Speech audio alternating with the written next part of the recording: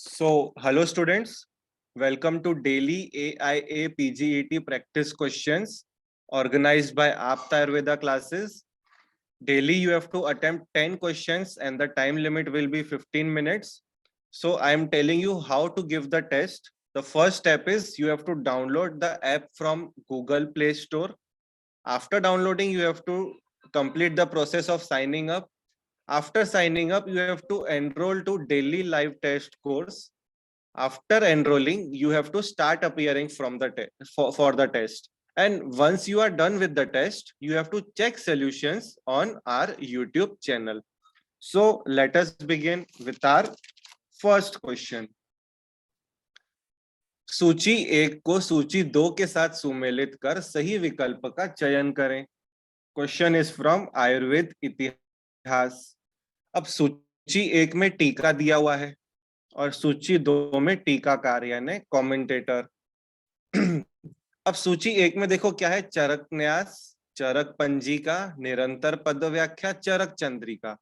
सूची 2 में गयादास, भट्टार, हरीशचंद्र, स्वामी कुमार, जेजट. अब हम एक एक करके इसको सॉल्व करेंगे. तो सबसे पहले चरक न्यास, ये इसके टीकाकार कौन है? चरक न्यास के टीकाकार सन्यासी कौन थे? हरीशचंद्र थे. इसके बाद चरक पंजिका के क्या है? पंजा किसका था? स्वामी का पंजा. सो बी का करेक्ट मैच रहेगा 3. इसके बाद निरंतर पद व्याख्या. निरंतर पद व्याख्या किसने बोली है? जेजट ने बोली है. और चरक चंद्रिका, चरक चंद्रिका है गयादास. चांद पर गया ऐसा हमारा कोड है. आप लिख सकते हैं यहाँ पर चंद्र पर गया.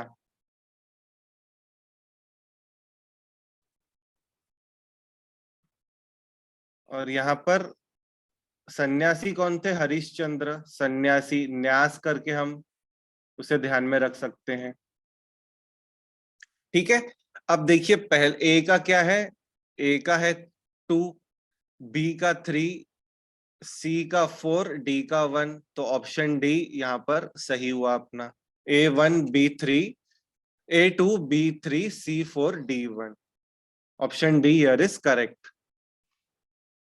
नेक्स्ट देखिए, संस्कृत व्याकरण में जिस समास में पूर्व पद प्राधान हो उसे कहते हैं. ऑप्शन आपके सामने है. फर्स्ट ऑप्शन इज अव्ययी भाव समास. सेकेंड ऑप्शन देखिए क्या है? तत्पुरुष समास. थर्ड ऑप्शन इज द्वंद्व समास एंड लास्ट ऑप्शन इज बहुव्रीहि समास. तो अब देखिए इसका राइट आंसर है अव्ययी भाव समास. अव्ययी भाव समास में क्या रहता है? जो पूर्व पद रहता है वो रहता है प्राधान्य. एग्जाम्पल मैं आपको देता हूं, प्रतिदिनम. ये अव्ययी भाव समास का उदाहरण है. अब यहाँ पे प्रति है. अब यहाँ पर पूर्व पद यूजुअली क्या रहता है? प्रत्यय होगा या तो कोई भी अव्ययी पद होगा.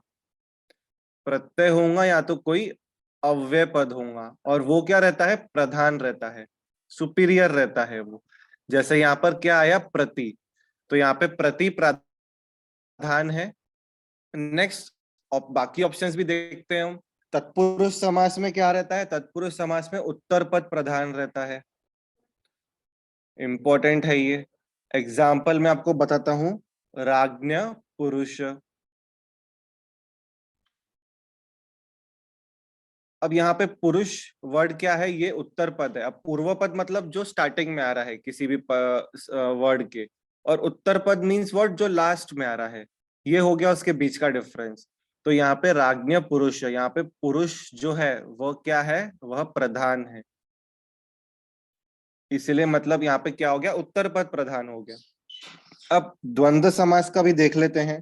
द्वंद्व समास में क्या है? उभय पद प्रधान रहते हैं. यहाँ दोनों पद का इक्वल इंपॉर्टेंस. उभय मतलब दोनों, तो दोनों पद का इक्वल इंपॉर्टेंस रहता है. एग्जाम्पल देखते हैं इसमें, राम लक्ष्मणों. और यूजुअली ये जो पद रहते हैं ना, ये दोनों ये रहते हैं नाम, सर्वनाम रहते हैं. ठीक है, इसमें देखो क्या है, राम भी है, लक्ष्मण भी है, यहाँ पर दोनों प्रधान है। ठीक है, अब नेक्स्ट देखो बहुव्रीहि समास। बहुव्रीहि समास में क्या कहा गया है कि समासिक पद छोड़कर अन्य कोई पद महत्वपूर्ण होना। जैसे मैं आपको एग्जांपल यहाँ पे देता हूं, गजस्य आननम यस्य सह। अब यहाँ पर ना ही पूर्व पद प्रधान है, ना ही उत्तर पद प्रधान है, यहाँ पे प्रधान क्या है, यस्य स। तो ये किसका एग्जाम्पल हो गया, बहुव्रीहि समास का। और बहुव्रीहि समास का एग्जाम्पल पहचानने की टेक्निक मैं आपको बताता हूं कि हमेशा यस्य सह दिया रहेगा किसी भी स्टेटमेंट के लास्ट में। इससे हम बहुव्रीहि समास की पहचान कर सकते हैं। ठीक है, so this is all about this question number 2। अब नेक्स्ट क्वेश्चन देखो क्या है। Next question is Butea monosperma किस द्रव्य का लैटिन नेम है। तो ब्यूटिया मोनोस्पर्मा आपको पता होगा किसके बारे में कहा गया है, पलाश के बारे में। मतलब पलाश का लैटिन नेम है ब्यूटिया मोनोस्पर्मा। ठीक है, अब बाकी भी बताइए हम मुझे। गुग्गुल का क्या है, कॉमीफोरा मुक्कुल।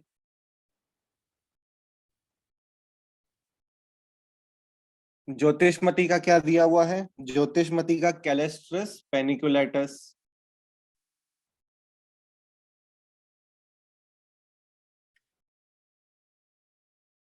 एंड यष्टि मधु का क्या है लैटिन नेम, ग्लाइकोराइजा ग्लैब्रा।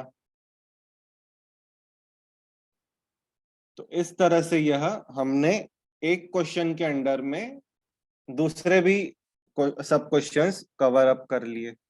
ठीक है, गुग्गुल का है कॉमीफोरा मुकुल, ज्योतिषमती का है कैलेस्ट्रस पेनिकुलेटस, पलाश का ब्यूटिया मोनोस्पर्मा और यष्टि मधु का ग्लाइकोराइजा ग्लैब्रा।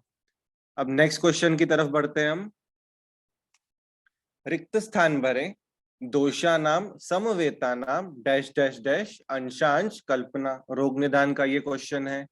अब ये इसका सही आंसर क्या है, दोषा नाम समवेता नाम विकल्पो अंशांश कल्पना। बहुत इंपॉर्टेंट स्टेटमेंट है ये और बहुत बार एग्जाम में पूछते हैं।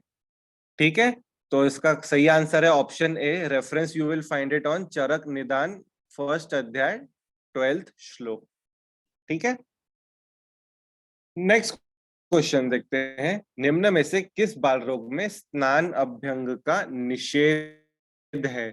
अब निषेध का मीनिंग वर्ड क्या होता है, कॉन्ट्रा इंडिकेटेड। दो चीजें हैं, जब आप कोई भी क्वेश्चन पढ़ते हैं ना, तो दो चीजें हैं जो मैं आपको लिखवाता हूं यहाँ पर। एक निषेध है, निषेध इज कॉन्ट्रा इंडिकेटेड, एंड निर्दिष्ट, निर्दिष्ट का मतलब होता है इंडिकेटेड। दोनों में फर्क नोट कर लीजिए स्टूडेंट्स। निषेध का मतलब होता है कॉन्ट्राइंडिकेटेड एंड निर्दिष्ट का मतलब होता है इंडिकेटेड। तो स्नान और अभ्यंग का निषेध मीन स्नान और अभ्यंग कॉन्ट्राइंडिकेटेड किस में है, उल्बक नामक रोग में है। और यूजुअली इसको हम न्यूमोनिया से भी कंपेयर करते हैं। एग्जैक्ट न्यूमोनिया बोलते हैं ऐसा नहीं है, बट न्यूमोनिया से कंपेयर हम कर सकते हैं। इसके अलावा उल्बक में अदर चिकित्सा भी बताई गई है, इस पे भी कभी कभार क्वेश्चन आ सकता है। उसमें सौम्य वमन बताया गया है उल्बक में, मतलब एकदम बच्चों में जैसे एकदम माइल्ड फॉर्म में वमन करना है वो। और अर्ली मॉर्निंग बताया गया है अजामूत्रपान। ये बहुत इंपॉर्टेंट है इसमें उल्बक में, अर्ली मॉर्निंग अजामूत्र का पान बताया गया है। किसके लिए, उल्बक नामक बाल रोग के लिए। तो ये आप नोट करके रखिए। स्नान और अभ्यंग कॉन्ट्राइंडिकेटेड है और सौम्य वमन देना है और प्रातः काल में अजामूत्र का पान करवाना है। नेक्स्ट क्वेश्चन है, which of the following organ undergoes early putrefaction. अब अर्ली और लेट ये हमको पहले पता होना चाहिए कि किस में अर्ली होता है किस में लेट होता है। सबसे पहले प्यूट्रीफेक्शन का मीनिंग ध्यान में रखो। प्यूट्रीफेक्शन इज डीके, और जिसको हम हिंदी में बोलते हैं सड़ जाना। ठीक है, अब इसका राइट आंसर मैं आपको बताता हूं। इसका राइट आंसर है लिवर। ठीक है, इसके अलावा ये जो बाकी के तीन ऑप्शंस हैं, हार्ट, किडनी और लंग्स, इसमें लेट प्यूट्रिफेक्शन होता है।